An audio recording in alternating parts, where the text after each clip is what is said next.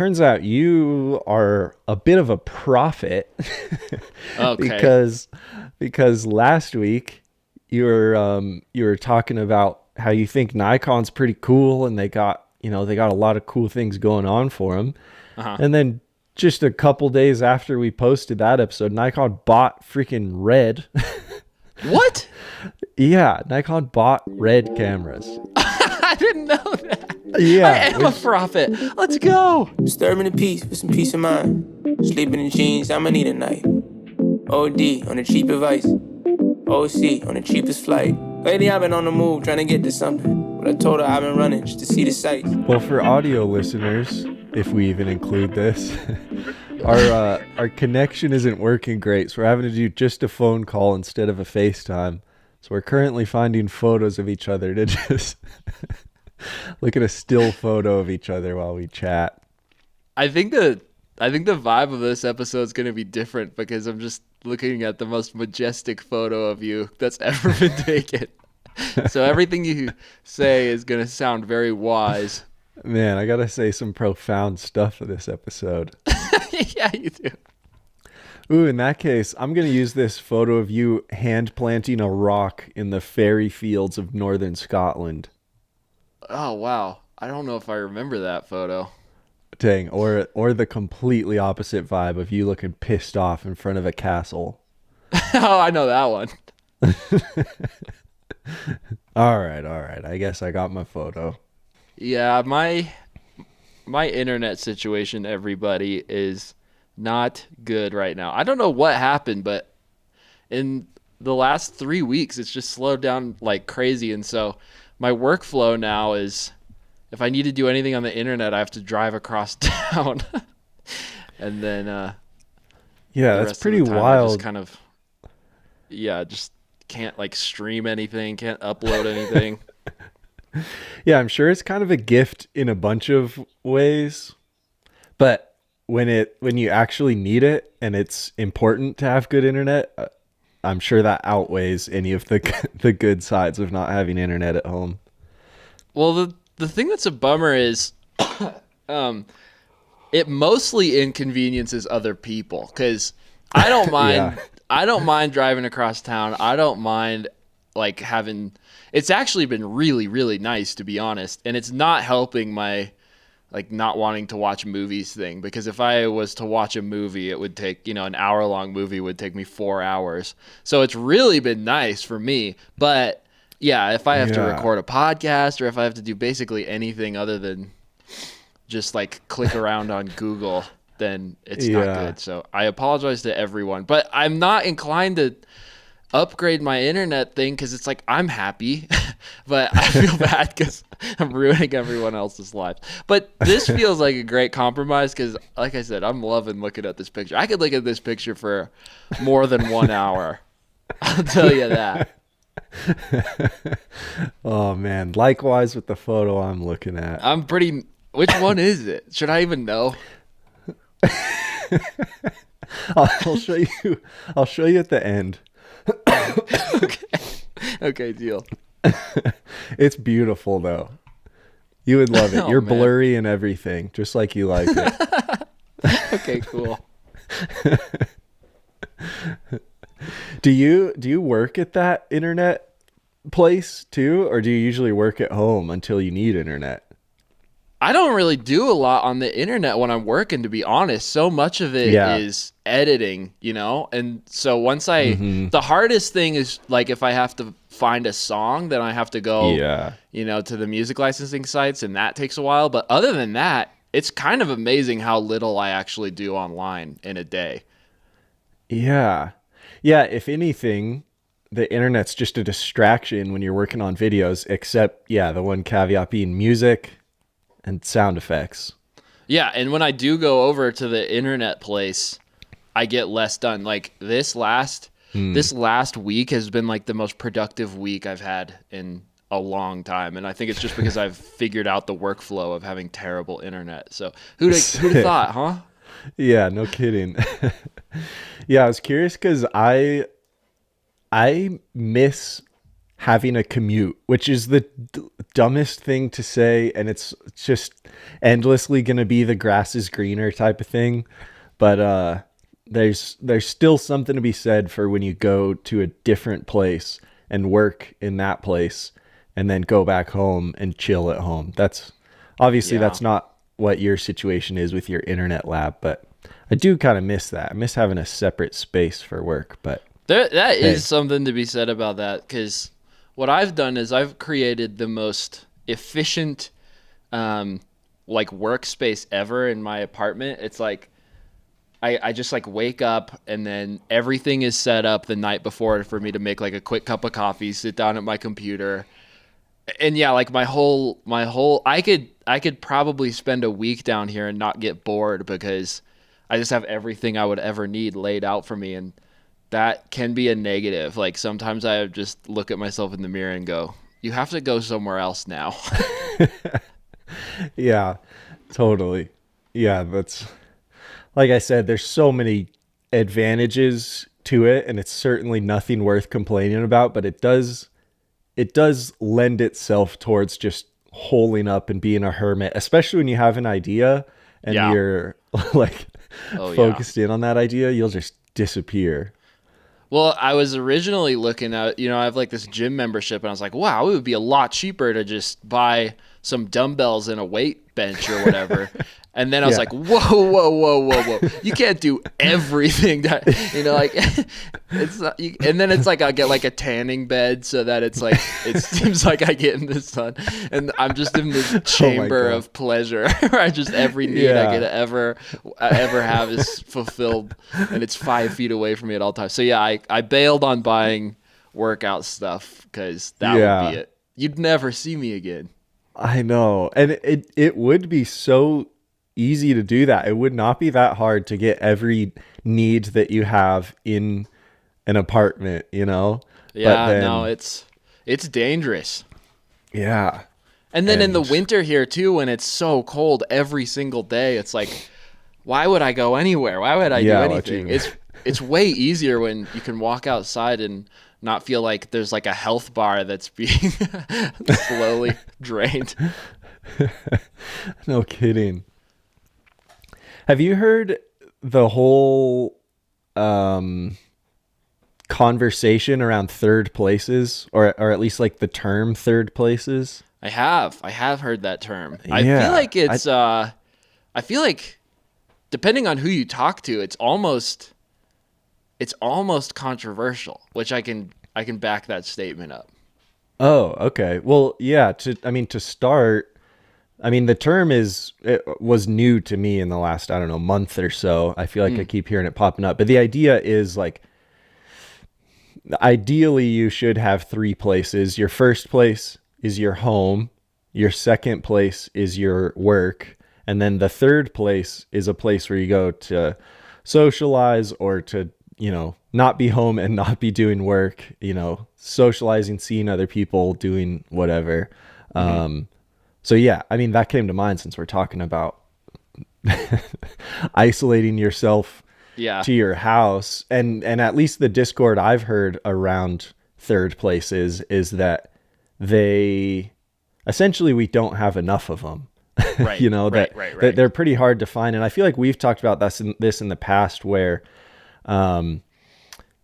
in America, and certainly a lot of places in Europe as well, like the only third place involves alcohol. That seems to be like the third place option is if you want to socialize, it's going to be a bar or a pub or something with alcohol. Right. But I could talk a while about this, but I'm curious what the controversial side is. Well, it's not really controversial. It's just I've heard this. It's funny how people will figure something out that's pretty obviously a net positive for a human being, So it'll be like, and then they'll figure out a way to just basically write it off as a millennial thing. I think that's kind of the sentiment I've heard. It's just like, it's basically like the WeWork thing where it's like, oh yeah, well, millennials just want bean bags and they want, And so sometimes when I'll talk to people about the third place thing, they'll just be like, "Oh, that's so typical. That's that's like such a millennial thing. You can't be happy at your job or at a restaurant, so you need a place that has kombucha or like what, you know what I mean?" It's Oh, brother. like I feel like the quote unquote controversial part of it is it's just like that's the next thing is this like overlap of work and life. And you always, whenever you talk about the third place, you talk about like, oh, it's a place where the exchange of ideas happens. It's a place where and there's always like a kind of like startup-y dialogue surrounding it. But the thing that's so funny is there's all of these historical examples, especially within like ancient Rome and so on, where it was like, there's these meeting squares, so there's these meeting places, and it's not this millennial trend. It's like this thing that no kidding. Functionally in society has served an immensely useful purpose. And just because we as computer people are just so sick of being alone, we're like, we just need a place where we can not be alone anymore. Then everyone's like, well, that's just because it's your generation. And oh my God, it's a funny. That's really annoying because I mean it's annoying only because it feels so rare to find something that people universally agree on.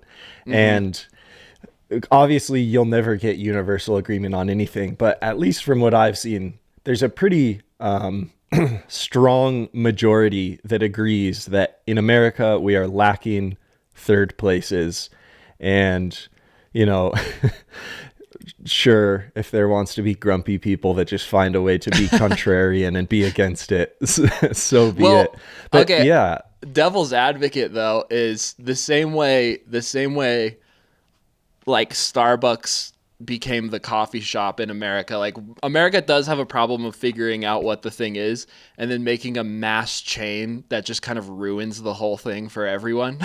So like my only counterpoint is if a third place becomes a chain and you start to see the chain third place, it's less organic and less and so that's the only thing where I'm like, let's be careful about this one and be sure to do this right in a sense that's like, let's bring actual small communities together as opposed to just like, let's make the Starbucks of third places. I feel like is my only thought about that, because America just is really good at mass capitalizing on things like this, which I would hate to see happen to something like a third place. I mean, totally, but I would argue that the conversation around third places is only there because America has just capitalized on it in the past. Sorry, one sec. I got to turn my heater off. Because, it's not a new conversation. It's not a new idea to have a social space. So for me, it's like, do we need to be careful? Not really, because Starbucks started as, a need for a third place. And I would argue that when it started, it was more so than it is now, in the sense that it was, they started popping up in the 90s or whatever, and it was pretty ahead of its time here, at least, as just a place to go where you could hang out for an extended period of time and only pay a couple bucks for some coffee and hang around. And there's tons of tables and it was an easy place to hang out with people. And then, of course, as the corporate monster continued to grow and grow, you got, those like amusement park taped off line things to get people through. And you got an app ordering system so people could buy it and take it to go, and it became way more of a machine than just a place to sit and read a book and have a cup of coffee. So I would say, sure, of course we got to worry about the corporate thing, but I don't think that's the point of the conversation. I think the point of the conversation is like, our cities just straight up aren't designed for it. Whereas if you go to Europe, there's obviously plazas and parks galore. Here, it's so much harder to just have a place to go. And I wouldn't even say, it's not like we need companies to be third places. We need, I don't know, some type of not-for-profit option. Yeah. Well, I think my perspective is such because where I'm at, I think you would I mean, you've been to our third place, really. I mean, Tributary, our coffee shop just down the street from me is that. It's like there's not a time of day I couldn't go there and see someone I know. Truly, it's like it's the easiest 3-minute walk from my apartment, where it's like if I'm really needing some social interaction or whatever, it's just always there. There's always people there. And so I've become really used to it. And whenever I go back to be it, Denver or wherever else that has just an influx of these like mass corporate, like basically like it's trying so hard to be that, but it's like I don't know, it's hard because it's kind of a vague thing, but there's just like there's a very essential vibe, I feel like, for a third place. And like you're saying, it's not necessarily a business, but it can't be faked, you know what I mean? And the problem is it I see it, yeah, I don't know, like it's very easy to try and fake it and have it just kind of become a Starbucksified I don't know, attempt at community, but like you can't fake community. And so that's why I think it's a difficult problem to solve, is like like you're saying, the structure of our American cities and everything just do not lend themselves well to people going out of their way to meet strangers. And you can't like fake it, so I don't know what the solution is, but near you, there are some pretty cool options, because I feel like, what is something city is like kind of a cool example of one that works. What's that place called? Oh yeah, Improper City. Yeah. And if anything, for me, I would almost call Improper City a second place for me, because it's a gigantic coffee shop that's also linked with a bouldering gym. And so, man, if I cared about climbing, that would be a great third place. And geez, climbing gyms must just be the best third place ever. But this one especially, because you can climb and then also hang out in the coffee shop. But for me, it's almost a second place because it lends itself so well to work there. I can work, but also just be isolated in the corner. And then maybe the better third place example is another coffee shop near it called Crema that has no outlets. It has the best back patio ever. It has bottomless mugs of coffee, so you can just get a mug and hang out for forever. But yeah, the bouldering gym thing, to me, like that type of thing is the real answer to third places. And skate parks kind of are as well. But I don't know. It just, dude, I think I have an even better one. Ooh, hit me. So my preferred third place lately has been more of a mindset, I guess, than anything. And what's great about this one is the problem with this conversation for some people is it's like, oh, well, there's this infrastructure that could exist, but it doesn't exist. So, oh, well, that's sad. But this is different. And the true greatest third place I've been finding is just a game night. Is just get some friends together. It's not about the place. It's just about the fact that it's like you're all putting work aside, you're all putting real life aside, and you're kind of coming together over, instead of being like coffee or bouldering, instead it's just stupid board games. And yeah, like, because our game night has kind of moved around town depending on the weekend where people are and what they're able to do. But it's very rarely about the place, and it's so much more about the people who are there and the activity. So I don't know. That's nice because anyone can do it. Yeah, exactly. Unless you're a loner with no friends. No, that's totally, because that's the biggest problem with the skate park or the bouldering gym. I mean, I have so few friends that skate that it's amazing that skate parks are such an easy place to chat with a stranger. Like, I'm so grateful for that opportunity because it's so incredibly rare. I think I've talked about this in the past with that fingerboard shop. It's so rare to get the opportunity to just really chat with a stranger with zero other ulterior motive, Yeah. like it's not like chatting with the barista where they're like, yeah, I have to chat to you because I'm I'm paid to be here and making you coffee. Whereas like the skate park, it's just straight up the joy of talking to another human and cheering them on skating. But anyway, the game night just opens that even more, where like you said, any human ever could come to a game night and learn how to play a goofy board game.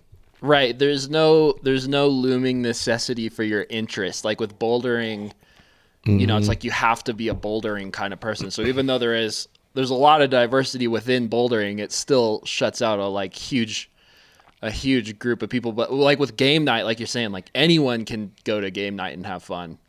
And if they don't have fun at game night, they have other problems. Yeah. Yeah, it is. It is kind of crazy that it does seem like it's kind of this mass realization now, where it's like, wait a minute, I can't just go to work and stay at home all the time. Yeah. And then boomer vibes are like, oh, well, that's just because you're a millennial. Yeah. When I was a kid, I used to just breathe in aluminum dust and. Yeah, my third place is the DMV. Man, I'm curious, what were the boomer third places? They're like malt shops, right? Malt shops, the soda bar. What were those called? Yeah. You would drive your like old timey convertible up to the big giant, like the guy like the big plaster statue of the guy holding like a 40-foot burger, and there were neon lights and everything, and you'd go get a sody pop. Yeah, dude, McDonald's must have used to been like the spot, you know, when they first started. McDonald's must have been sick. Like you made me watch. Well, you didn't make me. You suggested I watch the McDonald's movie about the founder, and when Nick Offerman is running the first McDonald's, it's like, that place looks sick. I could hang out there for sure. I know, and the fact that you could get like a for the first time ever, you could get like a cheap hamburger fast, and you could just roll up, and it would be that would be sweet. Yeah, and that, I guess that kind of goes in line with my sentiment of like you got to be careful that the corporate world doesn't absorb it, because they will ruin it. Yeah, I feel like that's a universal statement beyond third places. It's you got to be careful about anything you love, because the corporate monster will destroy it. Yeah, it's true. But so start a game night with your friends, everybody. It'll make you really happy. It'll be hard at first, especially if you're not into board games, but over time you'll start to become a board game person. I was not a board game person, and now I definitely am. Yeah, I just think it's such an important conversation to have and thing to have in mind regardless. And God, I think it's so dumb for anyone to be against this idea and like complain about this idea, because this loneliness epidemic is so obviously affecting all of us. Like we all just feel lonelier than ever. And so I think it's just such an important conversation or topic to at least have in the back of your head, because then you can at least identify like a concrete way that you can be less lonely. Is, oh, okay, maybe I don't have any third place at all. You know, how can I at least just think of one where I'm getting a little more, you know, human interaction and experiencing the simple joy of life. That's why I like the board game example so much, because it puts the power in your hands instead of your local government, or, you know, it's like, oh, we need someone to build something for me. Instead, it's like, it gives you a little bit more of the autonomy to be like, okay, there is definitely a problem here. And it's like a game night is, if you get a text and someone's like, hey, we want you to come to our game night, you're like, me? Really? You want me to come? Like nobody's gonna get an invitation to a game night and be like, dude, no. Absolutely not. Yeah. Nice. And then if Third you have a place crush is on a girl too, invite her to your game night. That's such an easy way to. Ooh, That's such an wow. easy way to get to know. We're solving somebody. loneliness and sparking love with game Yeah, night. yeah. It's just the best. It's like the hack to everything. Yeah. And then if you play Secret Hitler, you can just lie to all of your friends and ruin your friendships. Yeah, and you could gaslight them like for fun. It's so awesome. And then you got Lindsay at the coffee shop who works at Starbucks, and you can go up and be like, this isn't really a third place, right, Lindsay? Those hands look good at chess. You should come to our game night. And she'll love you. Do you realize that your workplace establishment was just an attempted answer to the third place problem, but became a massive corporate giant that displaces us all and makes us more lonely? You're just a hamster in a tube, Lindsay. You're just a number. But speaking of numbers, you could roll some high numbers at my place at game night tonight. If you're lucky. If you're lucky, if you want to feel a little bit less like a cog in the corporate machine, Lindsay. Oh. And by the way, I want half calf in that Frappuccino, please.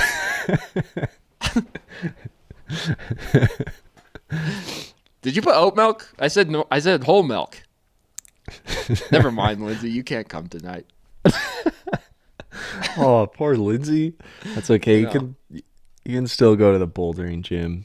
I'm sure someone will accept you there. I don't know, man. That's not really. I don't go to the bouldering gym to be accepted.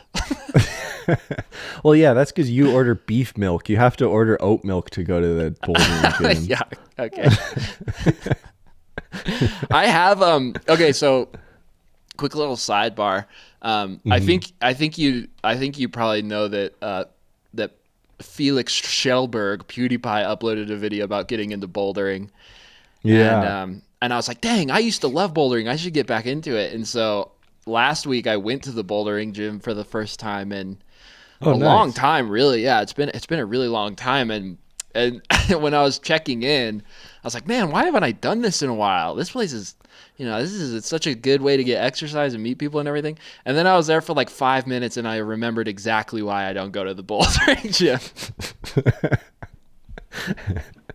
Don't tell me it was because of the people. I hate to say it, it's kind of because of the people. Oh, man. Yeah, which is a bummer because that's the whole point, right? Is like it's like exercise but social. But I guess you just got to move to Japan and I guess do it in Japan. Well, I also think part of the problem is the layout of our gym is horrible. It's impossible not to land on someone every time you fall. It's just like most cramped, congested. Yeah, and so people get pretty frustrated. And so, yeah, I think part of the bouldering gym problem is it has to be a nice, wide open place. Yeah. I do love bouldering gyms, and it's weird to me how different a bouldering gym is than a climbing gym or climbing. Like, to me, I just become so uninterested as soon as ropes and equipment are involved. Yeah. But just a wall that's just high enough to be scary but not high enough to kill you, that's a challenge to get up. It's ideal. Well, it's such a base level, like, human, it's just like, I must be on top of this by any means necessary. And if I can't get to the top today, I'll come back and I'll get to the top tomorrow. And bouldering's ideal because you don't have to have someone else there. You don't have to have a belay partner. You don't have to talk to anyone to do it. You can just be by yourself, be isolated, and climb the bouldering wall. It's the greatest social activity. Not have to talk to anyone. It's the greatest social activity because you're able to do it without talking to anybody. Yeah. Dude, that's just like that's a real good window into the problem with the system. And that is like, even when we go to do something social, we want it to be the most autonomous individual social activity ever. Yeah, no kidding. Yeah. We certainly have some pretty strong individuality traits in our culture. But another side of it though is I don't mind that either. Like I fully agree that the third place thing is something that could benefit a lot of people, but I also feel like I really do love being alone too. I really do love it. mm-hmm. So I don't know. There's room for that too. So you're not like you're not a monster if you like being alone too, you know? Oh yeah. No, of course not. I would argue that not argue, but for me, one of the best, I don't know if it doesn't even matter if it's a third place or a second place, but just one of the best experiences for me imaginable is being alone in a crowded place. Like just doing my own thing in a place where there's tons of other people doing their own thing, or, you know, in a coffee shop that's got a lot going on. I don't know. For me, that's like peak existence is being able to be alone doing my own thing, but also just being surrounded by life unfolding before your eyes, you know? That's like why city parks are so fun. Like, Yeah. you know, like Cheeseman Park in Denver is like probably my favorite part of Denver because of that. There's so many people just kind of doing their own thing and no one looks out of place, you know? And there's like, if you want to go like get lunch, there's all these walkable restaurants and, you know, it's such a cool area. And, you know, Central Park in New York City is famous for that too. And there is a lot to be, and it's not the same with like wide open wilderness parks. Like those are cool too in their own way, but there's something real magical about like, you know, a June day at Cheeseman Park. That's just untouchable. Totally. I mean, you undoubtedly feed off of like the collective energy of a group of people. And when there's this massive group of people just enjoying the sun, having picnics, throwing frisbees, like it's so hard not to be happy in that setting, you know? There's a pretty famous park in San Francisco too, that is just this big grass hill and it overlooks the city. And at least when I've visited friends there, it was their Sunday tradition to bring like a bottle of rosé there, and they called it Rosé Brose or something like that. but I've seen clips of that park where T-Funk, Tristan Funkhauser, is like skating down the hill with a beer in his hand and setting up a wooden ramp, and him and all of his friends are just like slamming on their skateboards sliding down this grass hill while everyone else around is like sipping wine and sitting on blankets.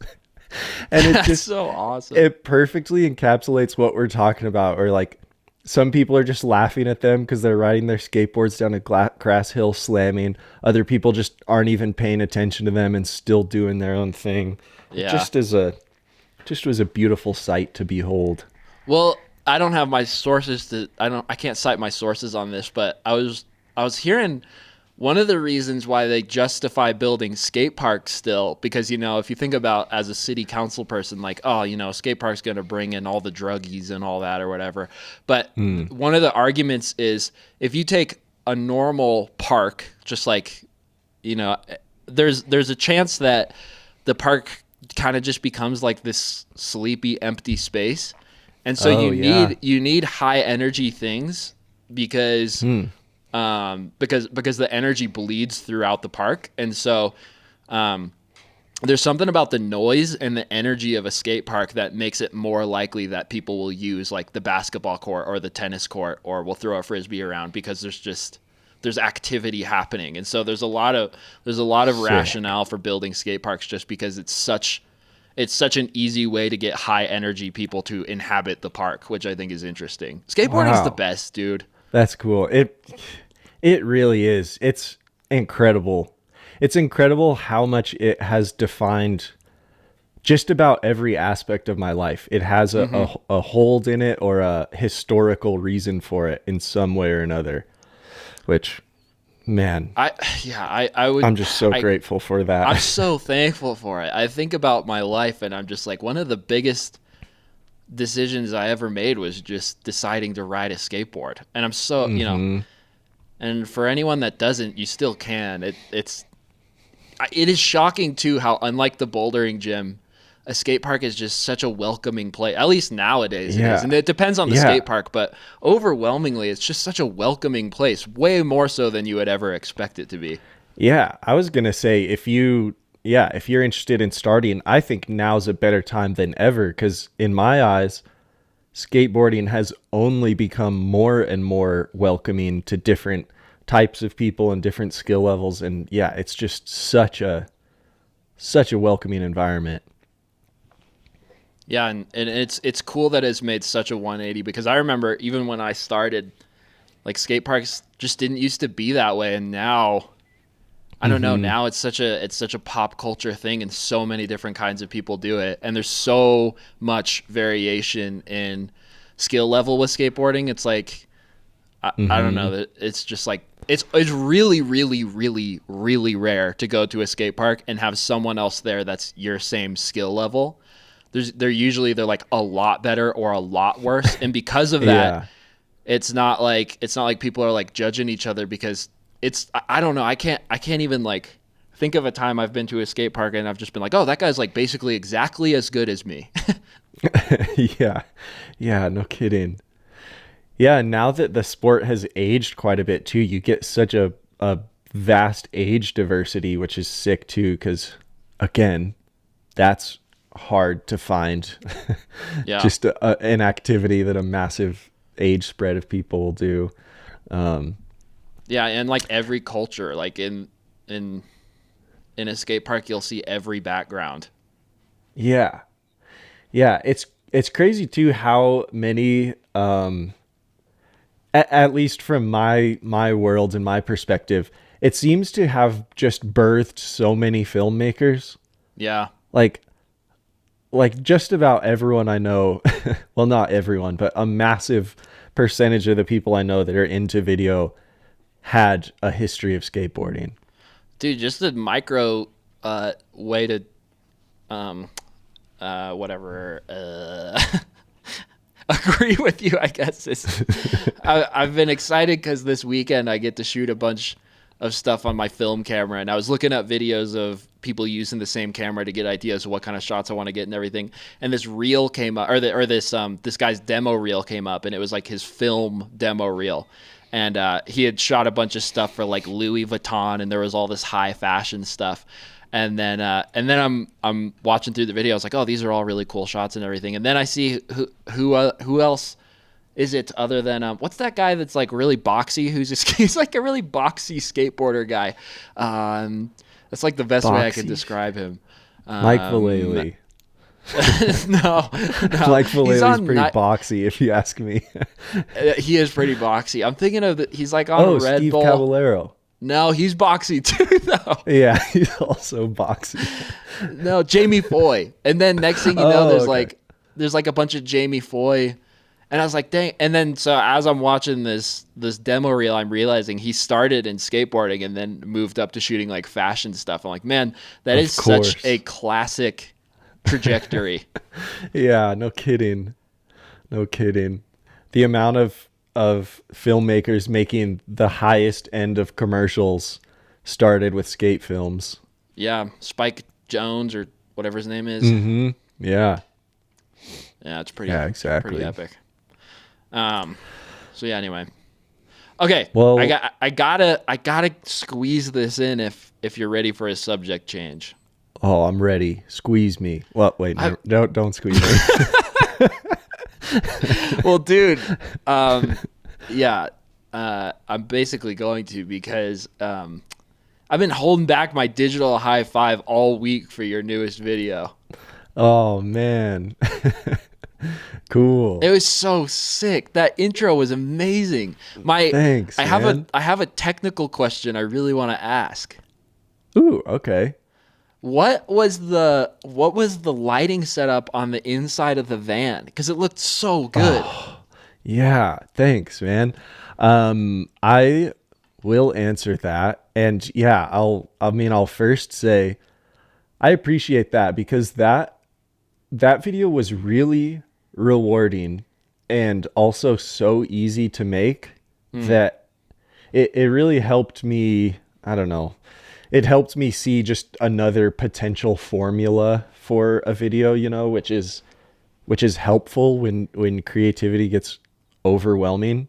Because essentially I just wanted to make that short film at the beginning, which is, it's essentially me being threatened to buy mayonnaise and then not knowing which kind of mayonnaise to buy because there's a billion options facing of the mayonnaise. wall. I was my mind's eye was open to how many kinds of mayonnaise there are.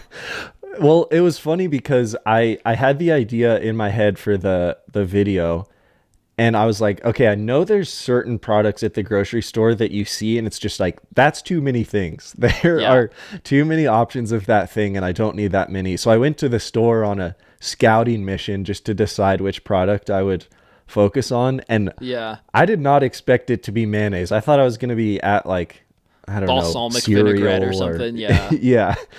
But the mayonnaise was by far the most absurd spread of products. But anyway, I wanted to just make that little short, so it was fun to kind of be able to make the short. And then was it scary filming in Walmart or the whatever the store was? Yeah, it was. I mean, it wasn't scary, but I was definitely prepping myself for like, okay, I have a limited amount of time before I get told to stop filming. So I rigged my friction arm up to the cart when I was out in the parking lot. And then I was like, I got to just walk straight in with my camera on the cart and just start like walking through. going on. Yeah. Yeah. And like right away, this other couple shopping looked down at the cart and just stared at it. And then we're like laughing and stuff. But they were like, oh, that's cool. And then I was like, they caught on to me. I got to go get my shots really quick. Yeah. So yeah, then I'm like filming. No one cares. And then the security guard approaches me. I'm like, oh, here we go. I'm going to get told not to film. And he comes, he's like, whoa, cool camera, man. And I was like, thanks. He's like, yep, have a good one. Whoa. So sick. it was awesome. Yeah, it was cool. Like no issues at all. But, so that, it was nice seeing that as a formula to make a video. And I think in the future, I'll probably try to do more of that where I just make a really short film and then maybe the week following do a breakdown of it. Obviously, that's not some revolutionary concept, but it's I like having that formula in head. But anyway, the car scene, I was just parked in my driveway. And I had my porch light turned on, and then I had one of the Zhiyun M20, I think it is, the one you've seen that has like the barn doors on it. Yeah, it's just like a little 20-watt RGB light. I just had that on a C stand, maybe probably like 15 or 20 feet away or outside of my driver door. Yeah. And literally had it at, I think, like 9% power. What? To light that thing. Yeah, it was, I mean, obviously I was at 12,800 ISO on my Sony. But yeah, it because I knew I wanted it super, super dark. But I was pretty surprised to see, I only needed 9% light to get how I wanted it to look. But yeah, I was stoked on it. That's it looked so good. Okay, one last nerdy question about that, and then I'm done with nerdy questions. But did you set the color temperature of the light, or did you set your color temperature in your camera? I do not know the proper way to do that, but I wanted it to look a little grungy looking, so I set the temperature of the light a little bit green. I think I had it at like 5600 Kelvin and then a little bit towards the green tint. Okay. And then on my camera, I think I was just at I was probably at like 4,800 Kelvin on my camera, I think. I don't know. I Okay. kind of just experimented with it a little bit until I liked how it looked. Well, But dude, yeah. I was. It's such a simple like shot, but when that shot popped out, I was like, yeah, we're learning. We're learning. Oh man, that's good to hear. That's really good to hear. I appreciate it. Yeah. And yeah, I was The stoked whole on it, sequence and was then sick. I was And then really the light in the grocery store was sick too. yeah, I was really happy with that. I mean, that I definitely set my camera to like 3,700 Kelvin or something Yeah. because the light was so tungsten-y in the grocery store or Yeah. fluorescent. I don't know, but yeah, I was so stoked on those really dark shots. And then as soon as I uploaded them to YouTube, I was like, oh no, these look like ass. They look terrible. But Oh, really? that's just because, because Yeah, it's just YouTube, the like, compression. they do so much They don't do good shadow with- compressing in particular. Like, Yeah. they really, whenever their program sees a lot of dark pixels, they just will like batch them all together. So you lose so Yeah. much detail in the darks, but whatever. I'm still happy I thought with it looked great. So congrats on an epic upload. I thought I was like, man, we're getting pretty good at this, huh? Thanks, man. I appreciate it. Yeah, it You was smashed it. fun one to experiment with, so I appreciate it. No problem. Well, thanks for letting me give you a digital high five. Yeah, dude. Well, turns out you are a bit of a prophet Okay. because last week you were talking about how you think Nikon's pretty cool and they got a lot of cool things going on for them. Uh-huh. And then just a couple days after we posted that episode, Nikon bought freaking Red. What? Yeah, Nikon bought Red cameras. I didn't know that. Yeah, I am a prophet. Let's go. yeah, dude. I think it literally happened yesterday or something that Nikon bought them. Which is crazy because last week we were talking about which camera companies are cool and which you would want to be associated with or whatever. And I mean, Red for sure, came to my mind as we were having that conversation. I think they're an interesting corner of the camera market that's pretty set apart from everyone else. But I remember months and years ago, people speculating Canon buying Red, especially because of Red having the RF mount on some cameras. And so, yeah, for now Nikon to buy them is such a wild curveball. That is a wild. It kind of is and it kind of isn't because Nikon's just been basically putting up the middle finger and putting raw recording in their cameras. And I know for a while there were some lawsuits going back and forth. And then I think just randomly like Red dropped their lawsuit against Nikon. So they must have been just like, how about this? how about we just buy you guys and we call this all fairsy squaresy. What if instead of draining each other's money with court fees and lawsuits, we just combine our powers? Yeah. Well, gosh, what a sick move because like I said, like they have such a cool vibe in my eyes. Like, I don't know, just the Japanese camera thing in general. I just feel like they've kind of got it going for them. And then the one thing they've kind of struggled with is just they don't have a very video centric like aura, but their cameras are great video cameras, so that's a pretty smart move in my eyes. Like, I don't know, dude, the Nikon era is upon us. So all the haters, but I think, I don't know if it was you I was talking to about this, but I think Sony's about to, okay, now we're getting into like camera chat, which I hate, but I think Sony's also about to make a whole nother like basically like next level leap, like the way that A7S III was a next level leap. Yeah, I was reading about how they've patented a curved sensor. So it's kind of like a bowl, basically. Whoa. And the thinking being with a full frame sensor, you need big lenses because of the aberration on the edges. And so they're pushing the edges further in. And so supposedly the plan is to basically release a full frame lineup that just has like the tiniest lenses ever. Damn. Yeah. And I would imagine that would also mean you could go even wider than usual, right? Well, yeah, I mean, depending on how far you push the, I think the thing that's going to obviously be a challenge is like IBIS, because there's going to be a lot of like whatever, like, yeah, I don't know. What was interesting to me is for a while, everyone was redoing their lens mounts, right? So Nikon had their new Z mount, and then Canon had the RF mount, which are all these like super short flange distance, massive diameter lens mounts. And Sony was just staying true to this tiny little E mount.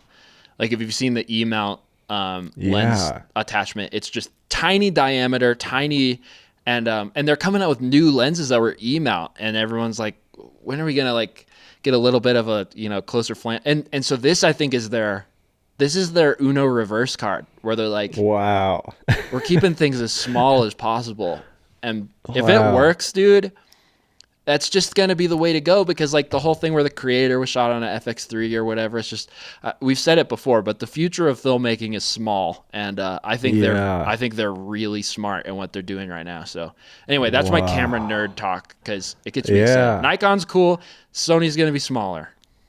Cool. Dang, just when I thought the evolution was over, you can't stop it. I know. And then That's also cool. there's also rumors of some new sensors coming out that are like on par on dynamic range with RE cameras, but for mirrorless. So the future is bright. Damn. No kidding. That's awesome. Yeah. Dang, I love Camera Corner. How cool. I know. Well, it's exciting because it just kind of felt like there's nothing more to do. But the frontiers, I suppose, are just like size and dynamic range, which are both, they're like the two things that I'm like, if I'm going to get another camera, better be smaller and have better dynamic range. And I think Sony's like, they're going to probably next year. That's my prediction. Next year, they're just going to reinvent everything all over again like they did. That's awesome. 4 years ago. So, okay, I'm done. Man. Yeah. Well, and I mean, my last thought too is like, just as a consumer, it seems to me ideal for Nikon to buy Red over anyone else, because it's like, if Sony bought them, if Canon bought them, they both already had such a strong direction in place that Nikon getting them seems to be like the most likely for, I don't know, collaboration or innovation versus just going with what they already had going, if that makes sense. It definitely is going to expand the landscape in a way that wouldn't have been so if it was Sony or Canon or even Fuji, honestly. So yeah, it's exciting. Exciting times. So, I've completely retired from caring about camera stuff, and now I'm like kind of back in it. So it's exciting. Yeah. Consumer mindset, engage. Nice. Yeah. I got one last stupid fun topic, unless you got any other practical wisdom or ideas. No. No practical wisdom or ideas coming from this guy. Certainly not based on this photo I'm gazing at. Just a bunch of white noise. Oh no. I gotta know. This guy's just pissed off that he's in front of a castle in stupid it's that Scotland. one. That's the one. Yeah. I know that photo well. That's the great worst day one. of my life. It's a classic. Okay, you get 3 life sponsors. They're luckily for me, like I was gonna say, luckily for me, I saw this in the show notes, so I'm semi prepared. I didn't know I had 3 though. I have two prepared. Okay, yeah, you get 3 life sponsors. So they're just interested in the life of Shaffer Nickel, and whatever you're doing, they want you to be using their product, carrying it. It's not like you're making ads or anything. It's just you get an infinite supply, full access to the company. You use their stuff. They sponsor your life. What are you going with?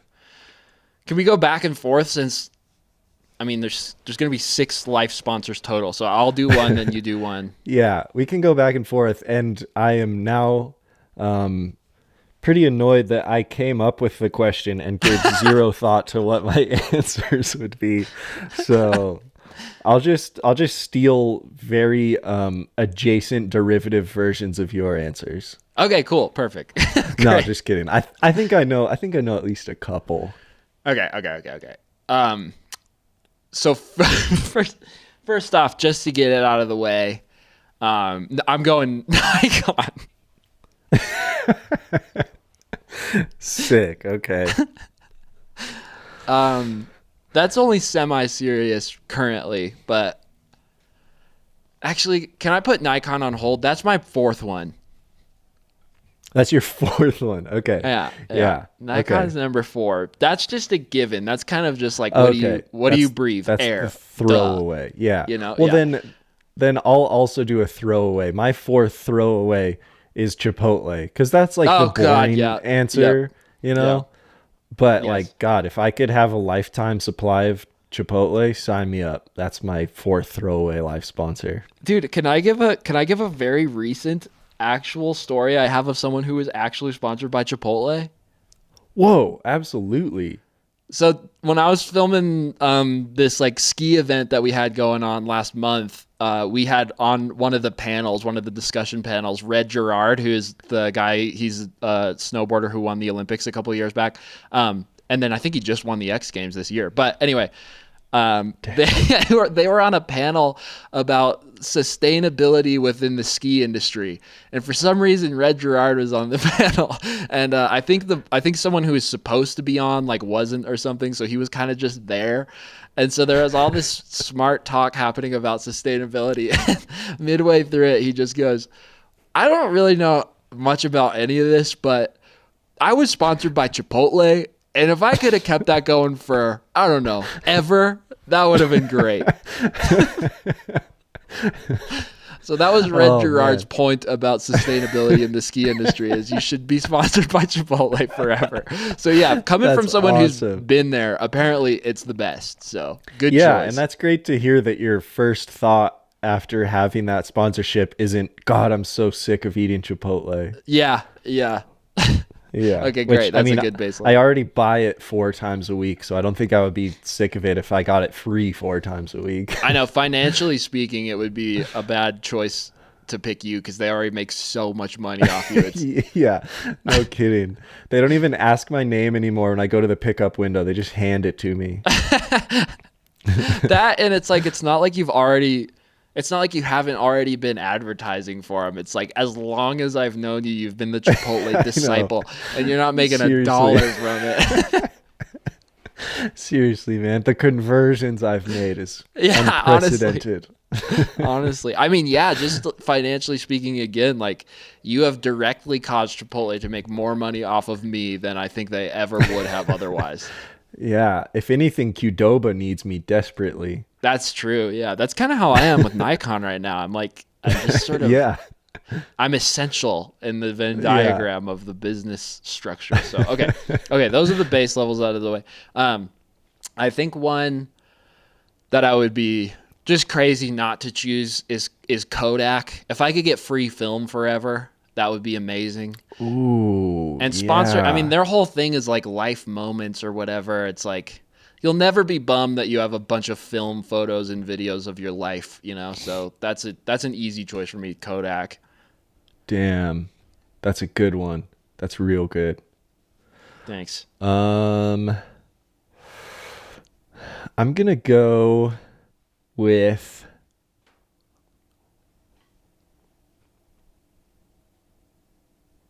Black River fingerboards. Oh, that would be because cool. I was thinking of BlackRock Investments at first. Which would also be pretty fly. Like the world's most evil company. Yeah, totally. Big BlackRock guy. No, Black River fingerboards, because they make really beautiful fingerboard parks, and they make the best fingerboard trucks. I've never ridden their boards, but if I had trucks and parks plus access to all of their secret spots that they've built all across the world, I'm in. Well, they're kind of like, yeah, it's kind of being on like independent trucks, you know? Yeah. It's like, yeah, exactly. It's just yeah. the staple. Right. That's a good choice. That's a really good choice. Okay. For me, this would have to be a pretty symbiotic relationship, right? Like, hopefully, it would alleviate some trouble that I'm experiencing in my life. And so I was thinking, what trouble in my life have I experienced often that I would like to be alleviated? So I'm going with Toyota for the second one, and they're gonna Oh, fix my van for free. wow. I like it. Yeah. I don't care about the stupid. I don't care about stupid Toyota Tacomas. Yeah. Tacomas they're dumb. But okay, but a Prius too. They're gonna fix my van, and Oh, they're gonna give me yeah. one of the new Priuses. Oh, dude, that's brilliant. Yeah, because then you can get access to, yeah, just the newest, most stable, perfect Prius ever. Mm-hmm. And then they'll also continually fix and they'll continually special manufacture the original parts for your high ace just Yep. for you, you know? Right. They'll have Yep. a Shaffer assembly line just making high ace parts. Yep. And then they're also Damn. gonna build me a really, really, really swag airbag system, so I don't have to consistently think about head-on collisions while I'm driving. Yeah, yeah, no kidding. Wow. Well, that is convenient because I literally just thought of this before you said that. I think I'm gonna go Westy as my Oh, okay. Yeah, second that's good. sponsor. That's good. Because I would love a Synchro VW van. Mm-hmm. But if I'm sponsored by Volkswagen, they're not really going to be any help, I don't think. Although No, I guess, they're just gonna make some ugly knockoff of a car that used to yeah, be cool. That's like the thing in cars totally. right now is make the uglier version of the cool car they Yeah. used to make. I'll be like, can you guys help me with this Westphalia? And they'll be like, we got this Tiguan we could lend you. Yeah, yeah, dude. So yeah, go Westy. Just have them build the most perfect synchro, and live my life in one of those. Okay, dude, I like it. Also, I was just randomly thinking this is pretty. There's some pretty symbiotic overlap with my Kodak and my Nikon sponsor because I can use old Nikon cameras and still Oh satisfy both yeah. sponsors, you know. So that's good. Oh Um, dang. Gosh, okay, third. I actually didn't think of a third one. I mean, I guess other than Nikon, but shoot, man. Once my van problems are fixed, it's like I don't have anything to worry about. Yeah. Hey, that's not a bad place to be in life when you're struggling to think of No, something that you need more of in life. no, I'm really happy with that. I wouldn't hate. I really would not hate. Well, I don't know. It's hard because it's for a whole life, but I would not hate getting free mountain bikes. That would not bother me at all Yeah. Yeah. because it's the thing that I like the most having a nice one of, but it's the thing Hmm. I'm least likely to spend any money on, I guess. Yeah. Yeah. And especially once you just know how deep the levels are of tech you could get, but you would Hmm. never actually spend money on. Right. But just getting sent a free like electronic derailleur Hmm. and um electronic lockouts, like all this crazy stuff that you'd be so silly to spend money on, but just having it would be really cool. Yeah, yeah, exactly. That's what I'm saying is like there's so many levels to the things which you could have. And then I don't know, I was lucky with our past job because my mountain bike currently is amazing, but I spent, a quarter of what it was worth originally, but now I've basically just clapped it out so much that it's like I really want a new bike, but I'm not going to buy one. Like Yeah. it's not going to happen. So that would be nice. I Yeah, I like it. Nice. I don't know what brand it would be. Maybe like it would be cool to it would be cool to have something a little more like local vibes. That I feel like I don't know. I just need to meet the right person. For some reason, even though I'm not good at mountain biking, I feel like that's not impossible to imagine for me. All I need to do is just say nice things and make good videos, and maybe it'll happen, you know? Yeah, absolutely. I think so I'm manifesting that. I'm manifesting that. Sick. I like it. Yeah. That's too bad you shit on mountain biking in your evil Shaffer video. You might have ruined I didn't, that. Dude, all I'm doing is telling it how it is. No, I know. I just was like in so much full agreement with everything you said about mountain biking in your video. And I'm joking. You didn't shit on it at all. If anything, you just said it how it is. Yeah. I feel like anyone at a mountain bike company would hear that and go, "Yep." Yep, seems about right. Yeah. So here's a free one on us. Yeah. Can we sponsor you for life with free mountain bikes?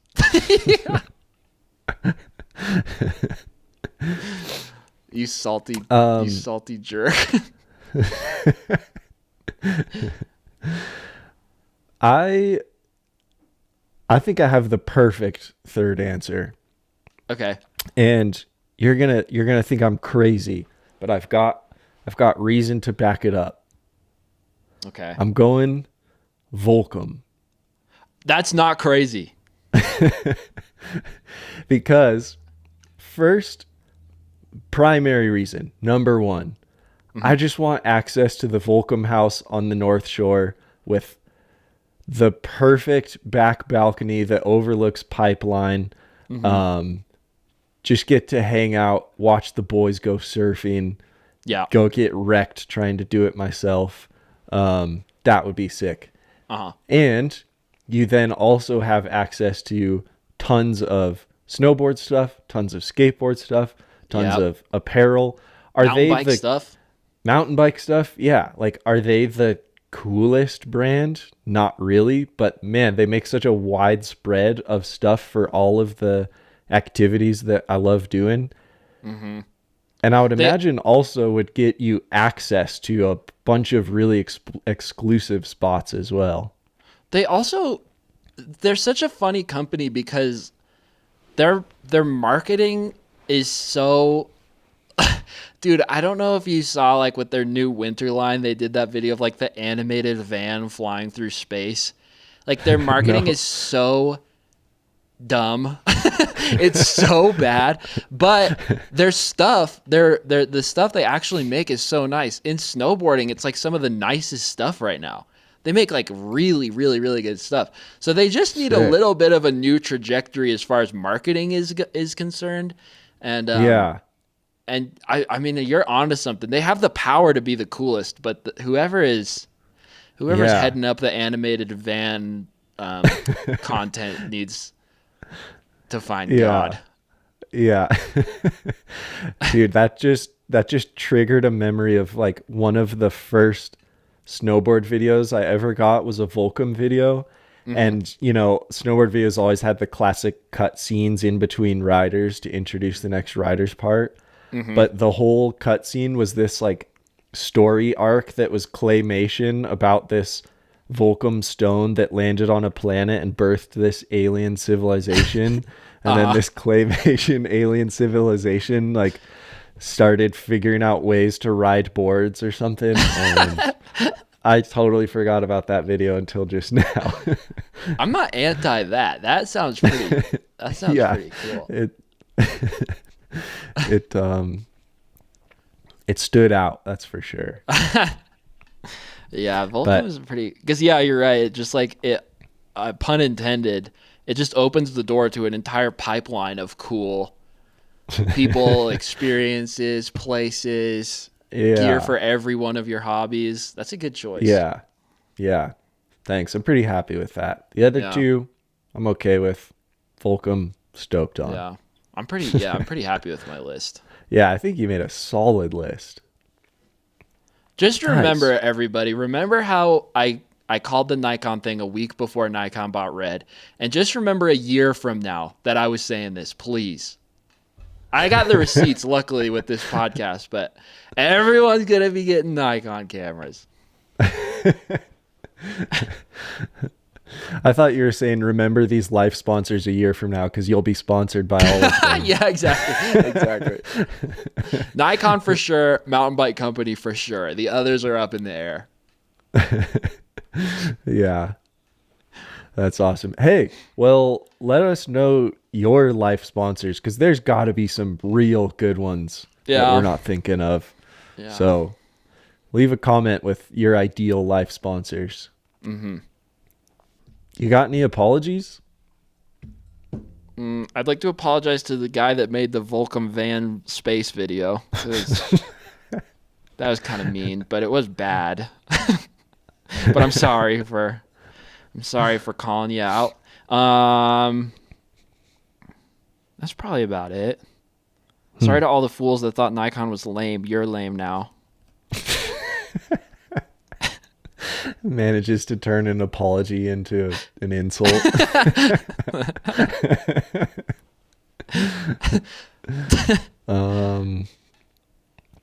Sorry for taking some jabs. Say sorry you bullied him. I'm sorry you're so easy to bully.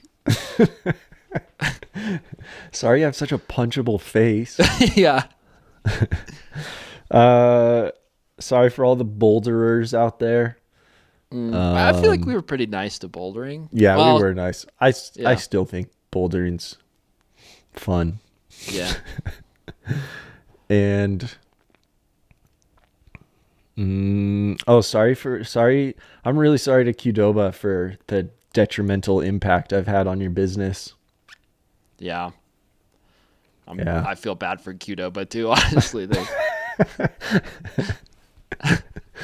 Hey, and if you're one of those people out there still eating Qdoba, hit me up. We got to talk.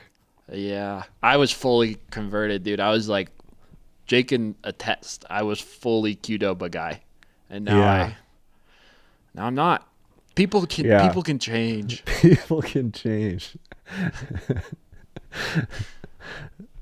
Amen. Amen. Say if you don't like this music, you don't be listening to it. You know, I'm just a dude that you know, or something similar. If you don't keep it real, then you go somewhere but here, cause you know we're only losing control just for a minute.